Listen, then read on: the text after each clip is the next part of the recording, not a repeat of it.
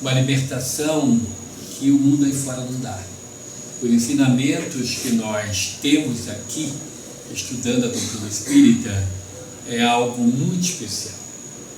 É tão especial que, com o passar do tempo, nós vamos amadurecendo e entendendo a proposta espírita, que é muito além de frequentar a casa espírita como compromisso religioso. O convite que a doutrina espírita nos faz é de uma mudança para melhor. Porque o professor Allan Kardec nos diz: reconhece-se o verdadeiro espírita pela sua transformação moral e pelos esforços que faz para domar suas más tendências.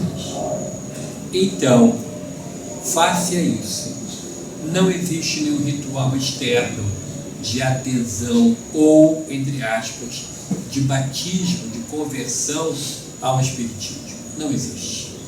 O que existe é nós nos permitirmos sermos instrumentos permeáveis para que esse ensinamento, esse conhecimento vai adentrando em nós, em nosso conhecimento, em nosso coração, e vai modificando.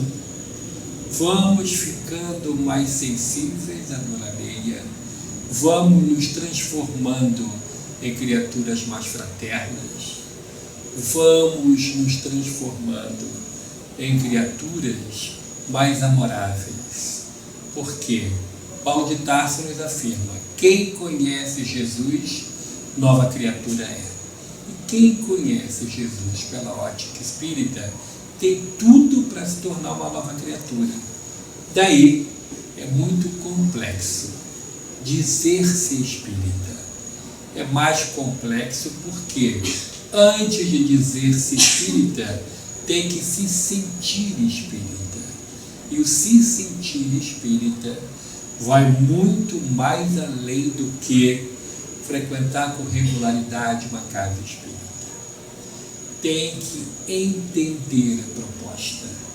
E a proposta, muitas vezes, vai fazer com que dói arrancar raízes profundas do egoísmo, do orgulho, da vaidade. Vamos nos descobrir instrumentos, edifícios de Deus, cooperadores de Deus, como nos afirma Paulo. Então, a partir do momento em que ultrapassamos essa etapa do conhecimento, da nossa modificação, aí sim a gente pode se confessar espírita. Por quê?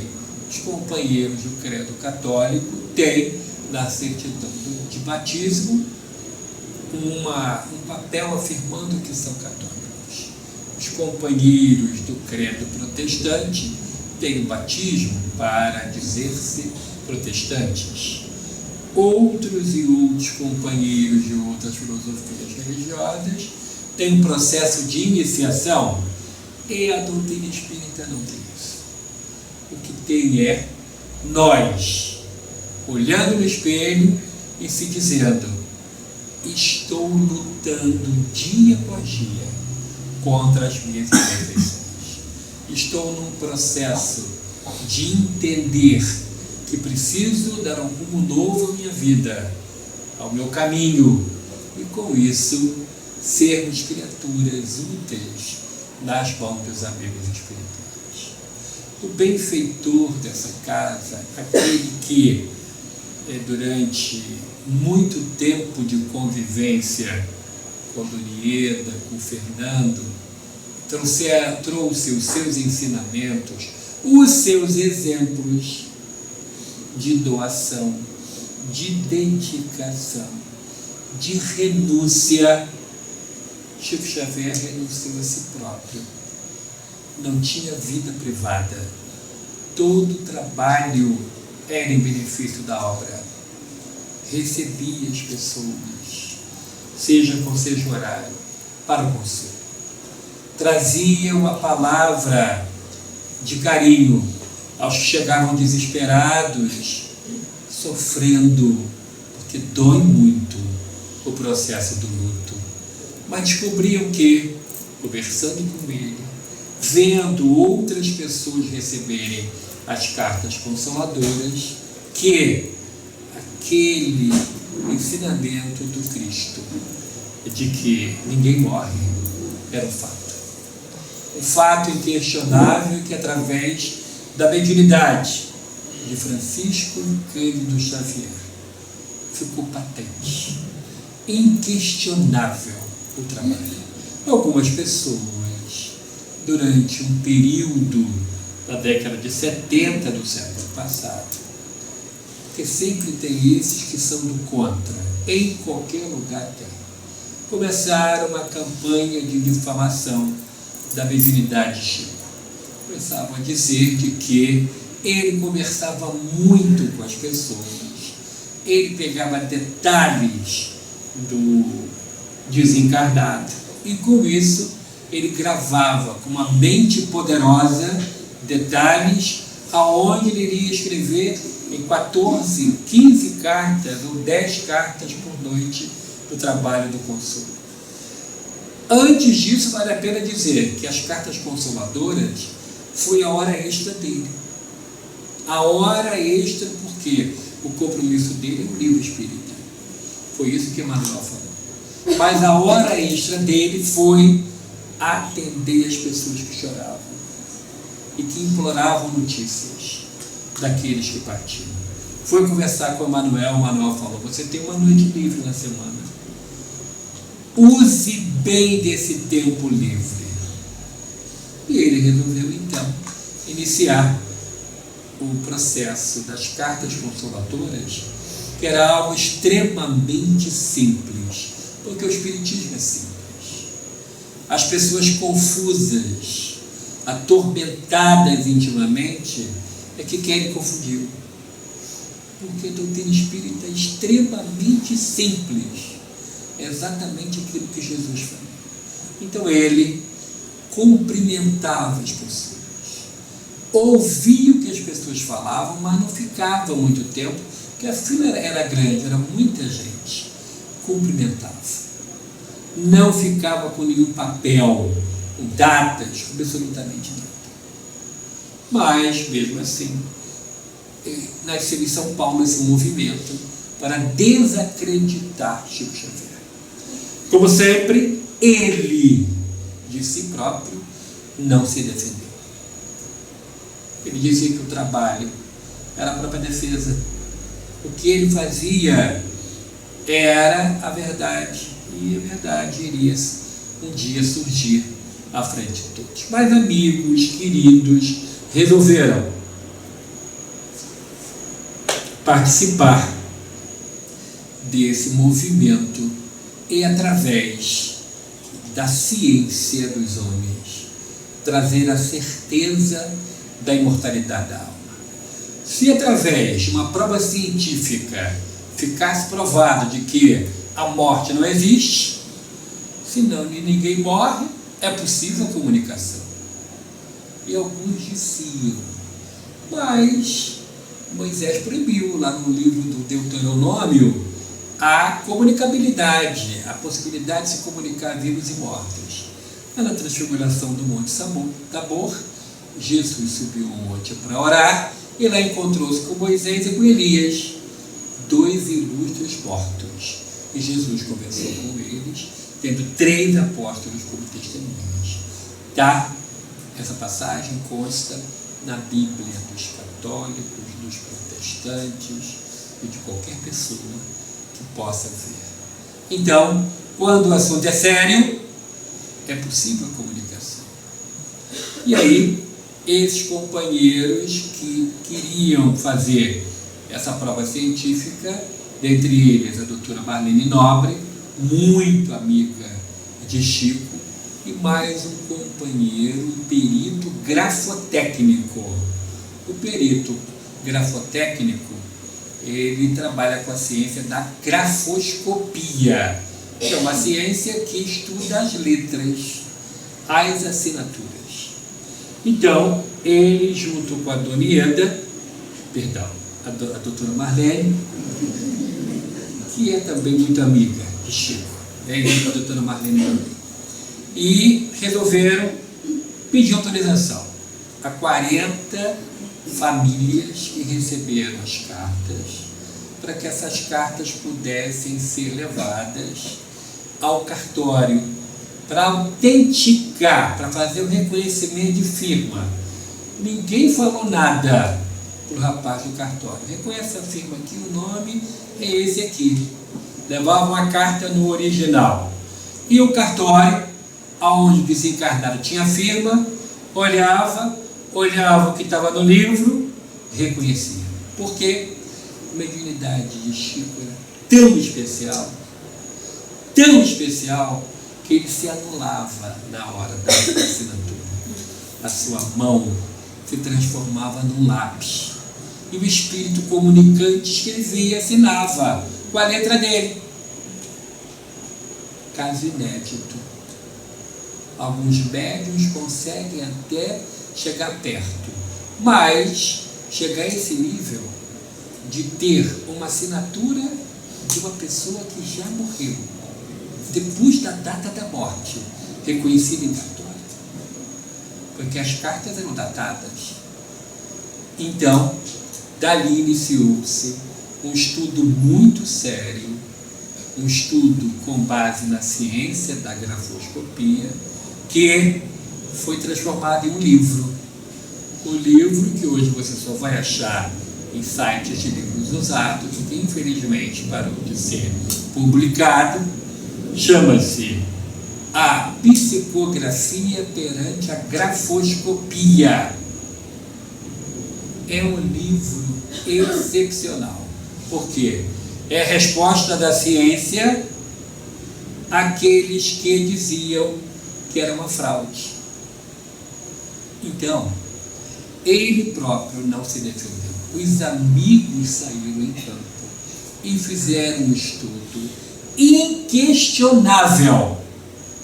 Quem é que vai questionar 40 assinaturas de diversos pontos do país, numa época onde não se tinha os recursos que tem hoje, nem o bisavô do WhatsApp, que é o fax, tinha? Ele tinha que pegar ônibus em Manaus, ou avião, ir em Goiás, em diversos locais no cartório, 40 cartórios, para reconhecer a assinatura do morto. Então, com isso, ficou provado que, quando alguém falar para você, essa história de psicografia de Chico, isso é fake, grava o nome do livro para você falar. Fala assim, anota aí, A Psicografia perante a Grafoscopia. É um livro maravilhoso, não é um romance, é um livro técnico, onde a ciência prova que os espíritos se comunicam. Ninguém morre. Se ninguém morre, é possível a comunicabilidade. Esse trabalho grandioso que foi feito foi uma marca registrada nessa campanha difamatória contra Chico e colocou esses contraditores calados. Foi um trabalho grandioso. Durante o período do compromisso dele de receber livros, ele, o Emanuel, o guia mentor dele, tinha uma agenda dos livros a serem produzidos. Tudo muito bem organizado. E assim, agora vamos receber, eu vou te ditar Paulo Estevam. Não, tudo com uma sequência metodológica, tudo certo. E aí, chegou-se o momento em que um companheiro espírita da cidade de São Paulo, muito amigo de Chico, toda vez que ia visitá-lo, um espírito benfeitor, que viveu na cidade de São Paulo, no finalzinho do Império de Pedro II, início da República, Antônio Gonçalves da Silva, Batuíra, que é o apelido dele. Depois o nome ficou colocado como se fosse o nome próprio, ficou conhecido como Batuíra, trabalhou muito. Ele é um imigrante português, veio como muitos que vieram de Portugal, uma mão na frente e outra atrás. Foi trabalhar entregando jornais. E como ele era jovenzinho, magrinho, com as pernas compridas e altas, ele corria e saltava dos charcos que tinha ainda em São Paulo, tal como uma ave que existia muito naquela época, que tinha também pernas compridas, altas e magras, e as pessoas diziam: esse rapazinho corre e salta tal qual um Batuíra. Antônio Gonçalves da Silva, que corre igual Batuíra. Antônio Gonçalves da Silva, Batuíra, ficou só Batuíra. Descobriu-se médium de cura. E pelos passos ele curava as pessoas.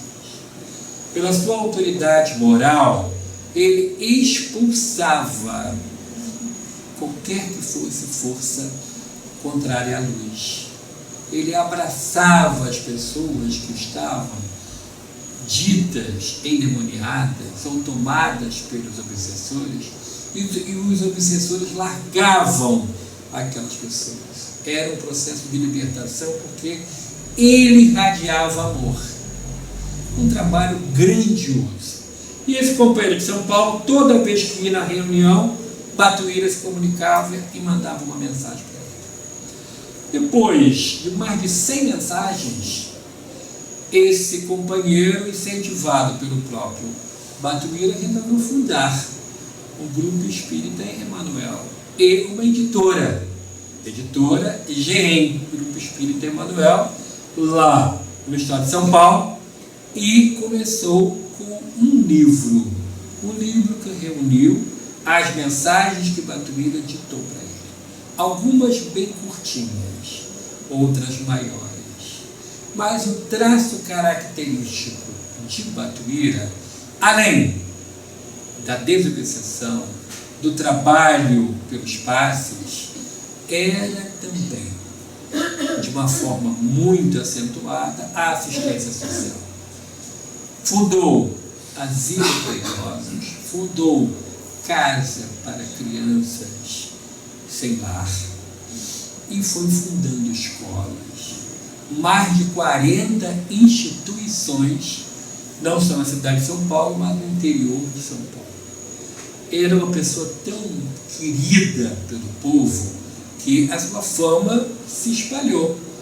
Num período onde a doutrina espírita, o movimento espírita, era perseguido, era tido como bruxaria, ele, com a sua prática caridosa, ele provava que estava com Jesus.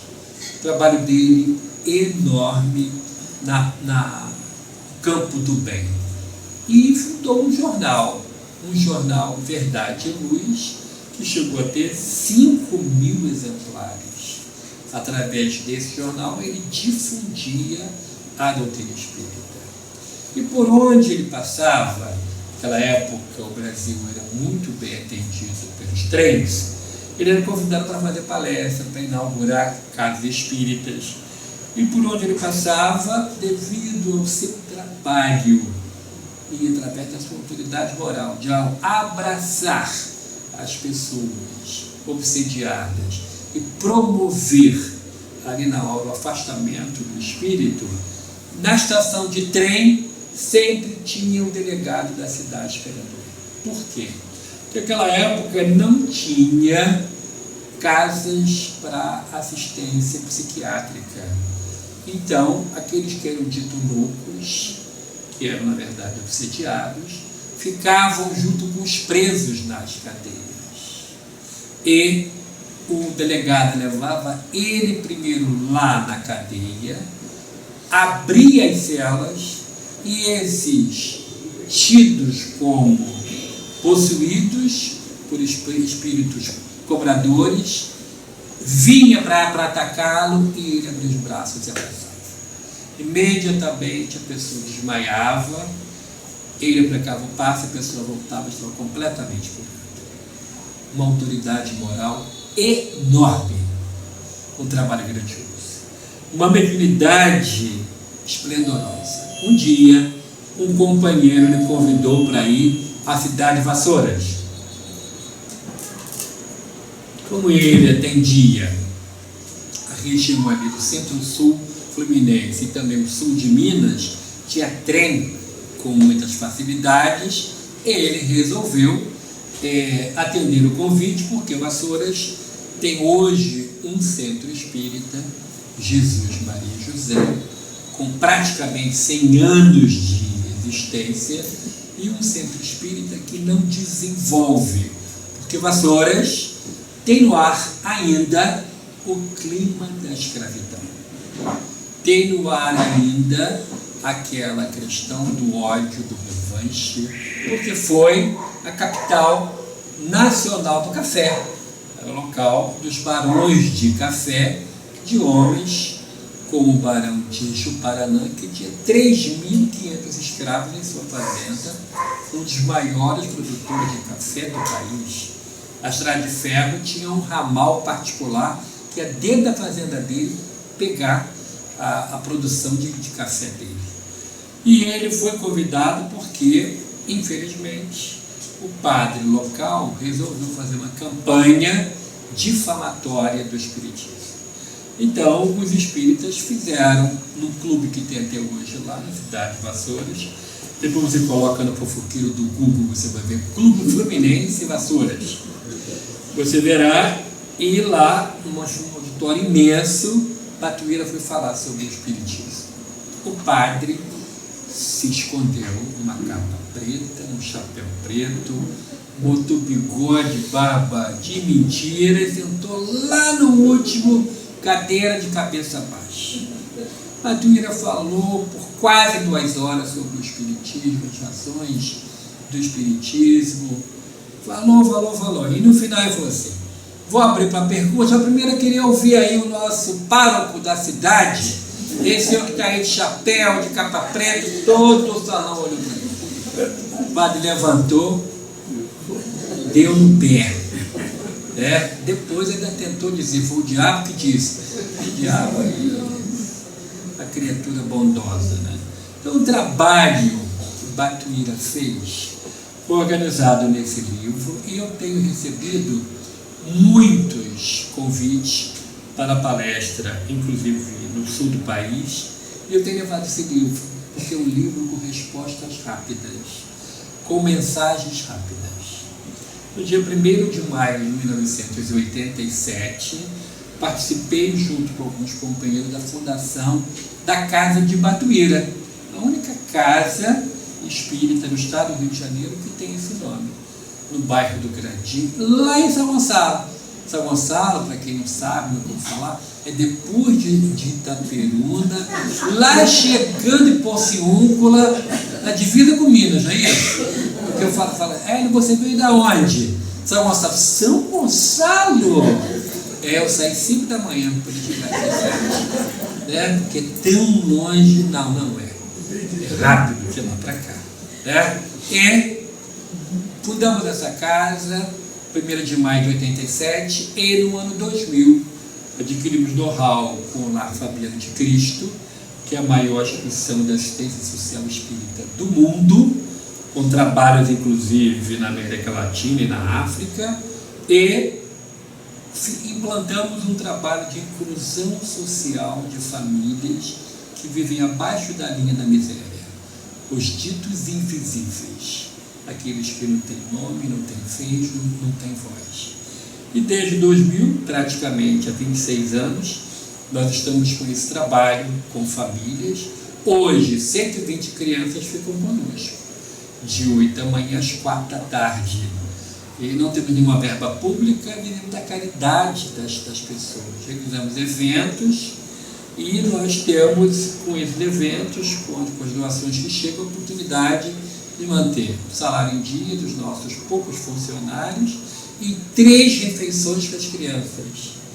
A grande maioria conheceu copo e talher lá em nossa casa.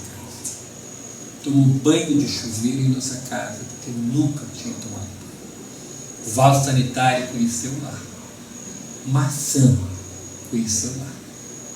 Então é um trabalho que nos fortalece, e tudo baseado no exemplo que Batuíra nos trouxe.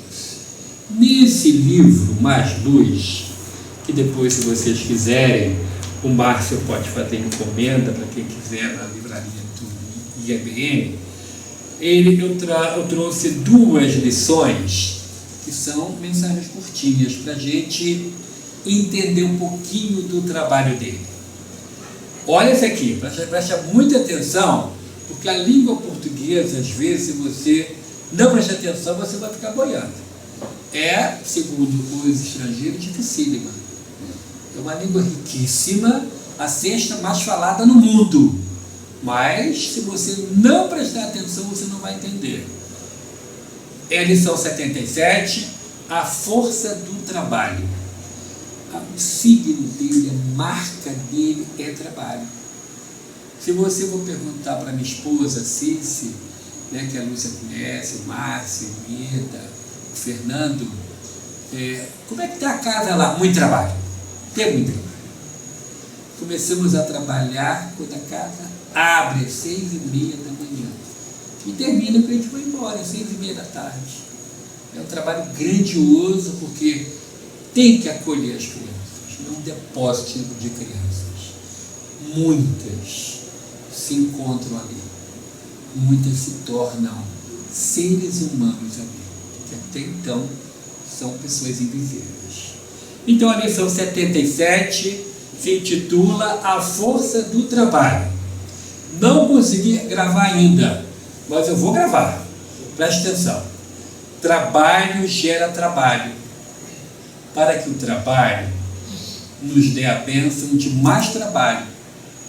Com o trabalho, por solução de todos os problemas da vida. Entendeu? Eu vou repetir. Que às vezes pode ter algum estrangeiro aqui que a gente não sabe, né? Ó, trabalho gera trabalho. Para que o trabalho nos dê a bênção de mais trabalho. Com o trabalho por solução de todos os problemas da vida. Ou seja, o ócio, ou ficar parado, é o pior inimigo da evolução espiritual nossa. Temos que trabalhar. Temos que ser úteis. Quantas pessoas que, quando se descobrem úteis, a doença começa a ceder, a tristeza vai embora, a depressão diminui, porque começou a trabalhar. Eu tenho um amigo médico que atende lá na cidade de São Paulo, muito conhecido, ele é um psiquiatra e atendi uma cliente que me contou esse caso. Uma paciente, né, com problema de depressão gravíssima, uma ansiedade, depressão, que hoje em dia tem todos esses nomes novos, TD não sei o quê, todas essas siglas, né? Era uma pessoa viúva, sem filhos, e vivia um desespero. Começou a ter ideações suicidas. Acabar com isso. A coisa acabar, você acabar com a vida, começou a ter. E aí ele falou assim: por que você, depois de passar vários remédios, ela tomou todos os remédios que a farmácia tem para o caso, não resolveu. Ele falou assim: por que você não torna o seu dia útil para você? Mas como assim, doutor? O que você faz durante o dia? O dia é horrível. Por quê? Porque tem uma moça que vai lá para casa, ela limpa, ela cozinha, ela arruma. Então, ela vai na cama e me leva um café na cama, porque nem coragem eu tenho. Depois ela me ajuda, me anima para me tomar o banho. Eu tomo banho sozinho, mas lá pelas 11 horas que eu vou tomar o banho. Depois ela bota o almoço, leva o café na cama, porque eu estou ainda deitada. Não consigo levantar, não consigo fazer nada. E o que mais? Depois vem a tortura. A tortura do jornal hoje, que não começa mais 1 hora, começa quase 2, e depois vale a pena ver de novo, a sessão da tarde, aquilo não acaba, e uma tortura aquilo, é horrível, meu dia é horrível. E ele falou assim, que tal você ser útil? Você sair de casa e ser útil. Mas como assim? Tem muita coisa que você pode fazer. Tem muita coisa que você pode fazer. Vai ser útil no lugar, mas é voluntária. Você é nova, tem saúde, 60 anos, tem uma situação financeira boa, por que você não torna o seu dia útil a você, trabalhando por você, trabalhando pela sua cura? Aí ela respirou fundo, vou pensar. Nisso, a empregada pergunta a ela, a senhora por acaso teria algum material, alguma roupinha de bebê para doar? Porque a minha filha vai ter neném e não tenho quase nada.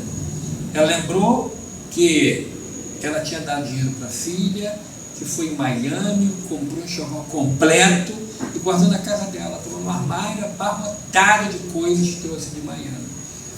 E ela falou, não tenho nada. Não. E continuou deitada.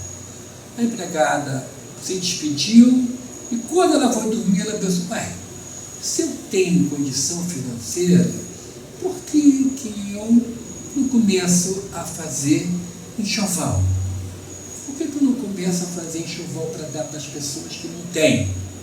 E aí chamou algumas outras companheiras do próprio prédio e às tardes de terça-feira, de início às tardes de terça-feira, foi para poder juntar as pecinhas, comprando, fazia barra nas fraldas, coeiros e começou a fazer.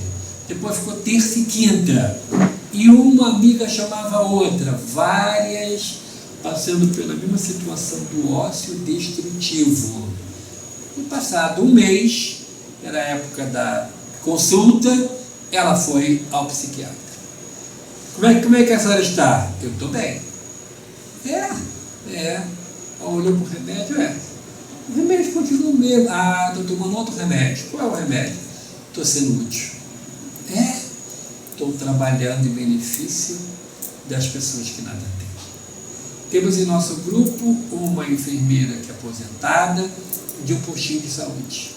Ela mantém vínculo lá ainda. Então ela vai e conversa com a colega que está no plantão, leva um enxoval discretamente e quando a grávida que está para ter neném vai lá, ela dá aquele enxoval de uma maneira muito discreta, sem alarde.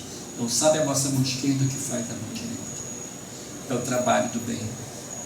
E curou-se de todos os problemas que lhe visitavam pelo trabalho. Então o que Batuíra fala? O trabalho é a solução de todos os problemas da vida.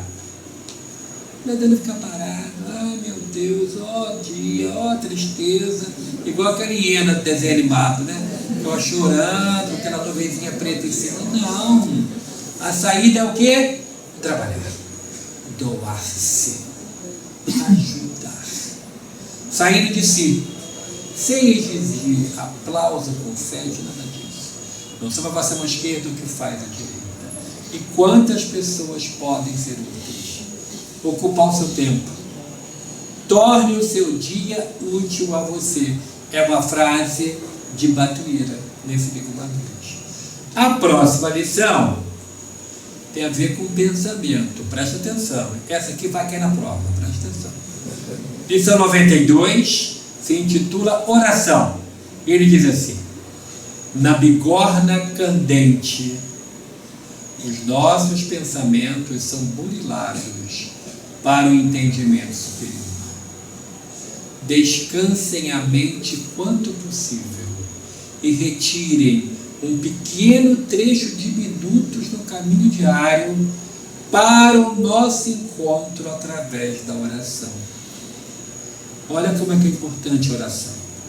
No mínimo, quando acordar, no mínimo, quando for dormir. Como é que eu vou orar? Eu não sei. Obrigado, meu Deus, pela noite sonho que eu tive. Me ajuda nesse dia.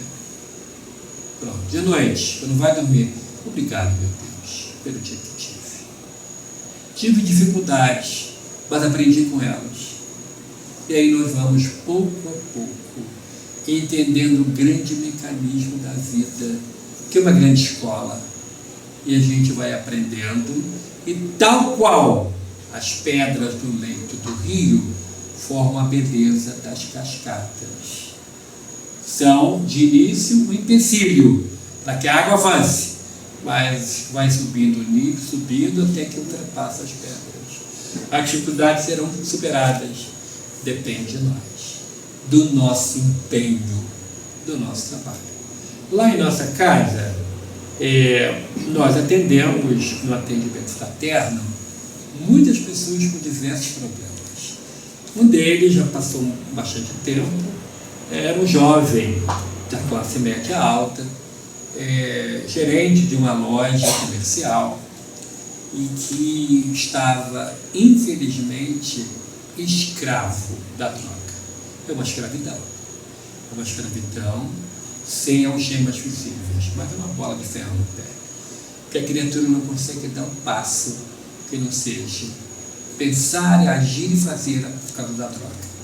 E quando chegou no fundo do poço, uma funcionária, ele falou com a funcionária, ele tinha tanto dinheiro que ele usava o disque drogas, então chegava uma forma de pizza para ele, naquela caixinha, era droga. E ele já chegou no fundo do poço e pediu socorro. Uma funcionária que frequentava a nossa casa e falou assim: olha, eu aprendi lá na casa espírita que existe um componente espiritual na drogadição. Porque quem bebe nunca bebe sozinho, afirma um ditado popular. Quem usa droga não usa droga sozinho.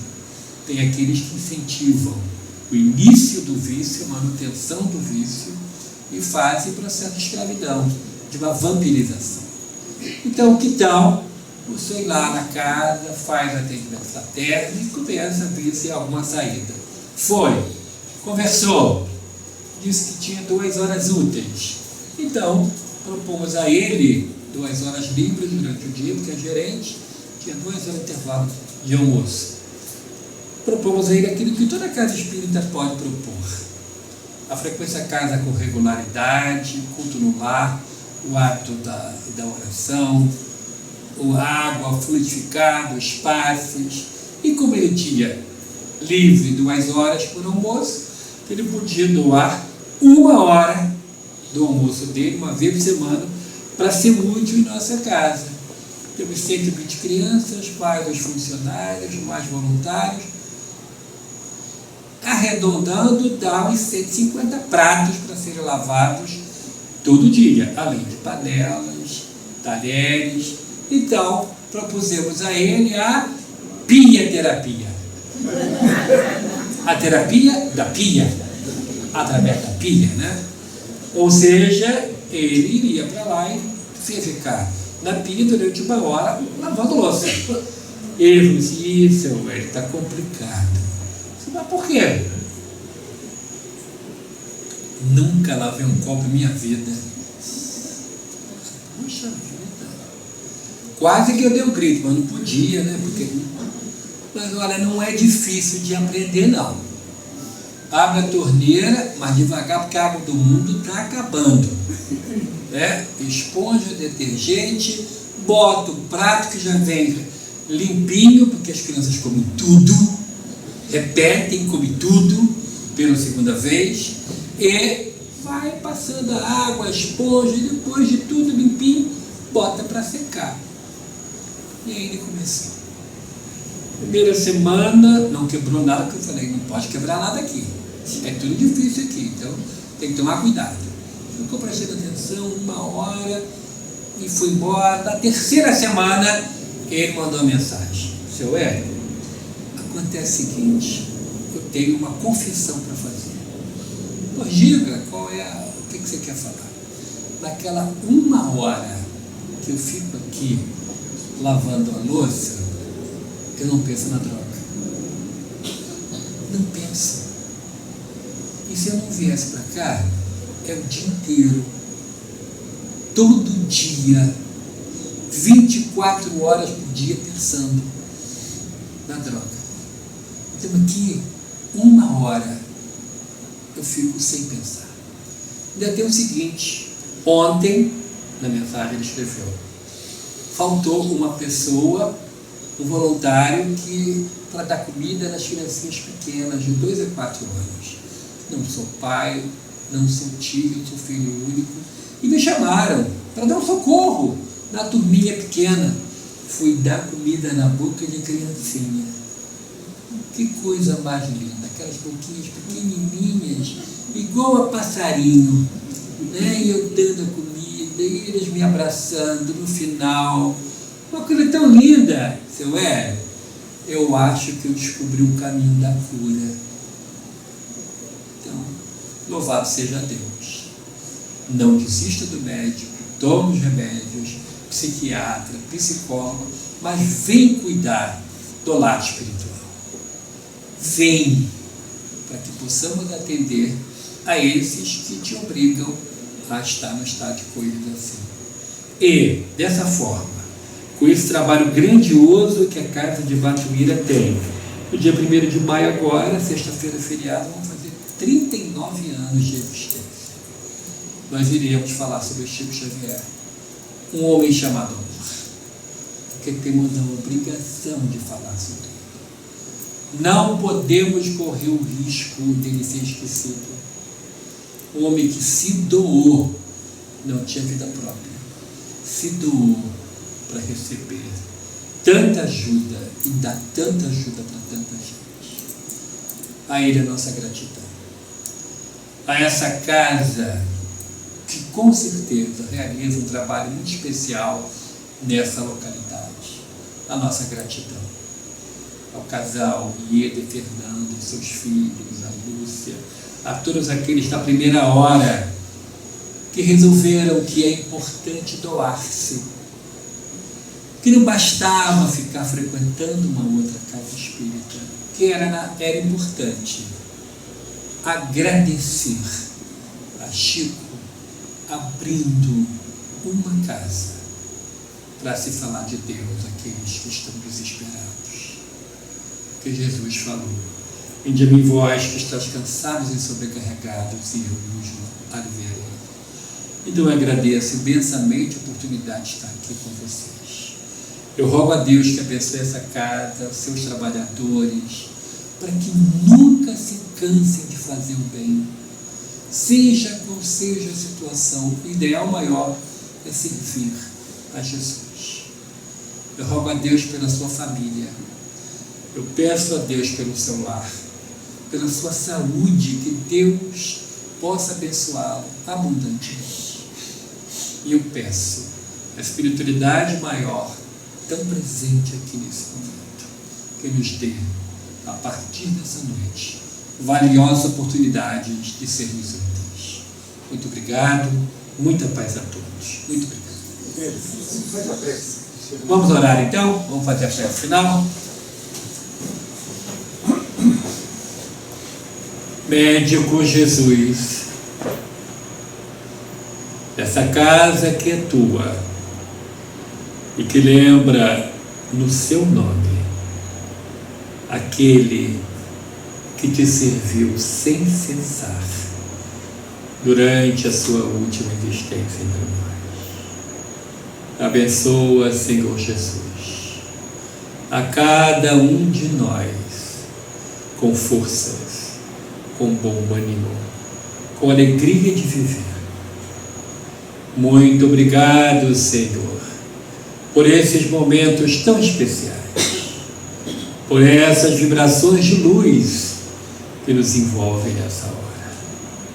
Ao querido amigo e benfeitor Francisco Cândido Xavier, a nossa gratidão.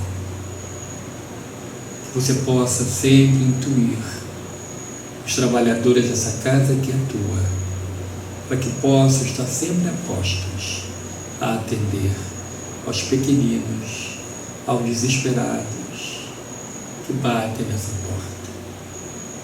Dê a cada um de nós a tua bênção, Chico, hoje e sempre. Que assim seja, graças a Deus. Muito obrigado a todos, que Deus abençoe.